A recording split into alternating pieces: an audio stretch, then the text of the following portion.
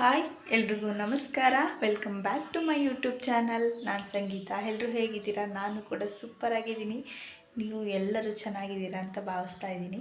Friends, ಇವತ್ತು ಮಧ್ಯಾಹ್ನದಿಂದ ಲಾಗ್ನ start ಮಾಡ್ತಾ ಇದ್ದೀನಿ. ಸೊ ಇವತ್ತೊಂದು ಸಿಂಪಲ್ಲಾಗಿ ಕ್ವಿಕ್ಕಾಗಿ ಒಂದು ಸ್ವೀಟ್ ರೆಸಿಪಿ ಮಾಡ್ತಾಯಿದ್ದೆ. ಸೊ ಯಾವ ರೀತಿ ಮಾಡೋದು ನಿಮ್ಮ ಹತ್ರ ಕೂಡ ಶೇರ್ ಮಾಡ್ಕೊಳ್ಳೋಣ ಅಂದ್ಬಿಟ್ಟು ಲಾಗ್ನ ಸ್ಟಾರ್ಟ್ ಮಾಡ್ತಾ ಇದ್ದೀನಿ. ಮಧ್ಯಾಹ್ನದಿಂದ ಟೈಮ್ ಇವಾಗ 12:30 ಆಗಿದೆ. ಸೊ ಮನೆಯಲ್ಲಿ ಹೋಮ್ ಮೇಡ್ ಸ್ವೀಟ್ ಅಂತಲೇ ಹೇಳ್ಬೋದು. ಸೊ ಎಲ್ರಿಗೂ ಗೊತ್ತಿರುವಂಥದ್ದೇ ಸಿಂಪಲ್ಲಾಗಿ ಮಾಡ್ಕೊಡೋವಂಥದ್ದು ಕೊಬ್ಬರಿ ಮಿಠಾಯಿ. ಸೊ ಯಾವ ಥರ ಮಾಡೋದು ಅನ್ನೋದನ್ನು ತೋರಿಸ್ಕೊಡ್ತೀನಿ. ಸೊ ದೇವಸ್ಥಾನದ್ದು ಕಾಯೆಲ್ಲ ಉಳಿದುಬಿಟ್ಟಿತ್ತು. ಸೊ ಹಾಗಾಗಿ ಕೊಬ್ಬರಿ ಮಿಠಾಯಿ ಮಾಡೋಣ ಅಂತ ಅಂದ್ಕೊಂಡೆ. ಸೊ ಯಾವ ರೀತಿ ಮಾಡೋದು ನಿಮ್ಮ ಹತ್ರ ಕೂಡ ಶೇರ್ ಮಾಡ್ತೀನಿ. ವಿಡಿಯೋನ ಎಲ್ಲೂ ಕೂಡ ಸ್ಕಿಪ್ ಮಾಡದೆ ಕೊನೆವರೆಗೂ ನೋಡಿ. ಮತ್ತು ಇನ್ನೂ ನನ್ನ ಚಾನಲ್ನ ಸಬ್ಸ್ಕ್ರೈಬ್ ಮಾಡದೆ ನೋಡ್ತೀರಾ, ಪ್ಲೀಸ್ ಸಬ್ಸ್ಕ್ರೈಬ್ ಮಾಡಿಕೊಂಡು ಪ್ಲೀಸ್ ನನಗೆ ಸಪೋರ್ಟ್ ಮಾಡಿ ಅಂತ ಕೇಳ್ಕೊತೀನಿ. ಈಗ ತಡ ಮಾಡೋದು ಬೇಡ, ಏನೇನು ಅದಕ್ಕೆ ಬೇಕಾಗಿರೋಂಥ ಇಂಗ್ರೀಡಿಯೆಂಟ್ಸ್ ಅಂತ ನೋಡ್ಕೊಬರೋಣ ಬನ್ನಿ.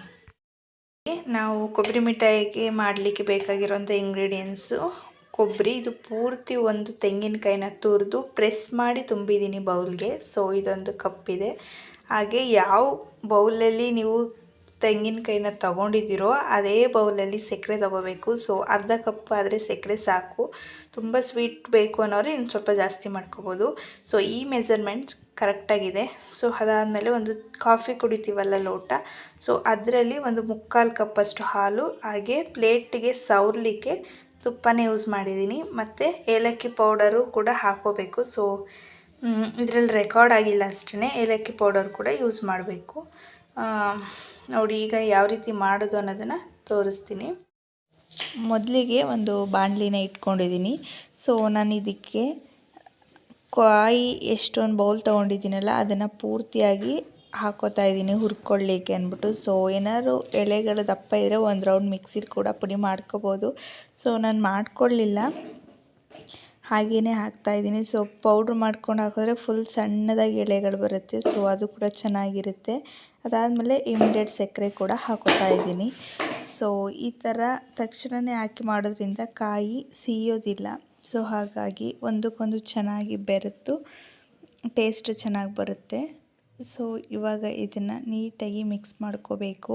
ಆ ಟೈಮಲ್ಲಿ ನಾವು ಹಾಲು ತೊಗೊಂಡಿರೋ ಅಷ್ಟು ಹಾಲನ್ನು ಕೂಡ ಆ್ಯಡ್ ಮಾಡ್ತಾ ಇದ್ದೀನಿ ಇದಕ್ಕೆ.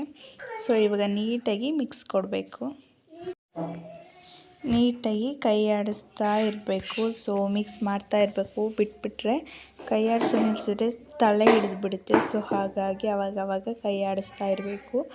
ಸೊ ಈಗ ಯಾವ ರೀತಿ ಮಾಡ್ತಿದ್ದೀನಿ ಅದೇ ರೀತಿಯೇ ಮಾಡಿಕೊಂಡ್ರೆ ಪರ್ಫೆಕ್ಟ್ ಅಳತೆ ಇರುತ್ತೆ. ಸೊ ತುಂಬ ಚೆನ್ನಾಗಿರುತ್ತೆ, ಬೇಗ ಕೂಡ ಆಗುತ್ತೆ. ಒಮ್ಮೆ ಟ್ರೈ ಮಾಡಿ ನೋಡಿ.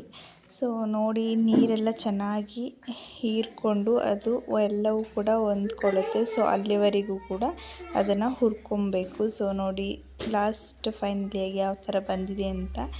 ಸೊ ತುಂಬ ಚೆನ್ನಾಗಿ ಬಂದಿದೆ. ಸೊ ಈ ಥರ ಉಂಡೆ ಆಗಬೇಕು. ಈ ಥರ ಆದರೆ ಪರ್ಫೆಕ್ಟಾಗಿ ಆಗಿದೆ ಅಂತ ಅಂದ್ಬಿಟ್ಟು. ಸೊ ಇವಾಗ ನಾನು ಒಂದು ಪ್ಲೇಟ್ಗೆ ತುಪ್ಪ ಸವರಿ ಇಟ್ಕೊಂಡಿದ್ದೀನಿ. ಸೊ ಅದನ್ನು ಎಲ್ಲವೂ ಕೂಡ ಇದಕ್ಕೆ ಹಾಕೋತಾ ಇದ್ದೀನಿ. ಸೊ ಇದನ್ನು ಕಂಪ್ಲೀಟಾಗಿ ಪ್ಲೇಟ್ಗೆ ಸರ್ವ್ ಮಾಡಿಕೊಂಡು ಅದನ್ನು ಕಂಪ್ಲೀಟಾಗಿ ತಣ್ಣಗಾಗಲಿಕ್ಕೆ ಬಿಡ್ತೀನಿ. ಸೊ ತಣ್ಣಗಾದ್ಮೇಲೆ ಪೀಸಸ್ನ ಕಟ್ ಮಾಡ್ಕೊಳ್ಳೋದು. ಸೊ ತಣ್ಣಗಾಗಲಿಲ್ಲ ಅಂದರೆ ಎಲ್ಲ ಉಡಿ ಉಡಿ ಆದಂಗೆ ಆಗಿಬಿಡುತ್ತೆ. ಸೊ ಹಾಗಾಗಿ ನೀಟಾಗಿ ಅದನ್ನು ತಟ್ಟೆಗೆ ಹರಡ್ಕೊಂಡು ಫೈನಲಿಯಾಗಿ ಕಟ್ ಮಾಡ್ಕೋತೀನಿ. ಇವಾಗ ಕಂಪ್ಲೀಟಾಗಿ 15 ನಿಮಿಷ ಆರಲಿಕ್ಕೆ ಬಿಡ್ತೀನಿ ಇದನ್ನು. ಫ್ರೆಂಡ್ಸ್, ಇದು ಫುಲ್ ತಣ್ಣಗಾದ್ಮೇಲೆ ಇವಾಗ ಕಟ್ ಮಾಡ್ತಾಯಿದ್ದೀನಿ. ಸೊ ನಾನು ಇನ್ನೂ ಒಂದು 10-15 ನಿಮಿಷ ಟೈಮ್ ತೊಗೋಬೇಕಿತ್ತು, ತಣ್ಣಗಾಗಿರಲಿಲ್ಲ ಅದು. ಸೊ ಕಟ್ ಮಾಡುವಾಗ ಗೊತ್ತಾಯಿತು ಮೇಲೆ ತಣ್ಣಗೆ ಅನ್ನಿಸ್ತಾ ಇತ್ತು, ಒಳಗಡೆ ಇನ್ನೂ ಬಿಸಿ ಇತ್ತು. ಸೊ ಪೀಸಸ್ ಅಷ್ಟೊಂದು ಕ್ಲಿಯರಾಗಿ ನೀಟಾಗಿ ಬರಲಿಲ್ಲ. ಸೊ ಟೇಸ್ಟ್ ಮಾತ್ರ ತುಂಬ ಚೆನ್ನಾಗಿತ್ತು. ಸೊ ಒಮ್ಮೆ ಟ್ರೈ ಮಾಡಿ ನೋಡಿ. ಸೊ ಈ ಸ್ವೀಟ್ ನಿಮ್ಮೆಲ್ರಿಗೂ ಕೂಡ ಇಷ್ಟ ಆಗಿದೆ ಅಂತ ಭಾವಿಸ್ತಾ ಇದ್ದೀನಿ. ಸೊ ವಿಡಿಯೋ ಕೂಡ ಇಲ್ಲಿಗೆ ಎಂಡ್ ಮಾಡ್ತಾ ನಾನು ನಿಮಗೆ ಮತ್ತೆ ಹೊಸ ಲಾಗ್ನೊಂದಿಗೆ ಸಿಗ್ತೀನಿ. ಅಲ್ಲಿವರೆಗೂ ಎಲ್ರಿಗೂ take care, bye bye and see you. Please ನನ್ನ ಚಾನಲ್ನ ಸಬ್ಸ್ಕ್ರೈಬ್ ಮಾಡದೆ ನೋಡ್ತೀರಾ, ಪ್ಲೀಸ್ ಸಬ್ಸ್ಕ್ರೈಬ್ ಮಾಡಿಕೊಂಡು ಲೈಕ್ ಮತ್ತು ಶೇರ್ ಮಾಡೋದನ್ನು ಮರಿಬೇಡಿ. ಟ್ರಸ್ಟ್ ಮೀ, ತುಂಬ ಚೆನ್ನಾಗಿತ್ತು ಸ್ವೀಟು. ಒಮ್ಮೆ ಟ್ರೈ ಮಾಡಿ ನೋಡಿ, ಹೇಗೆ ಬಂತು ಅಂತ ಕಮೆಂಟ್ ಮಾಡಿ.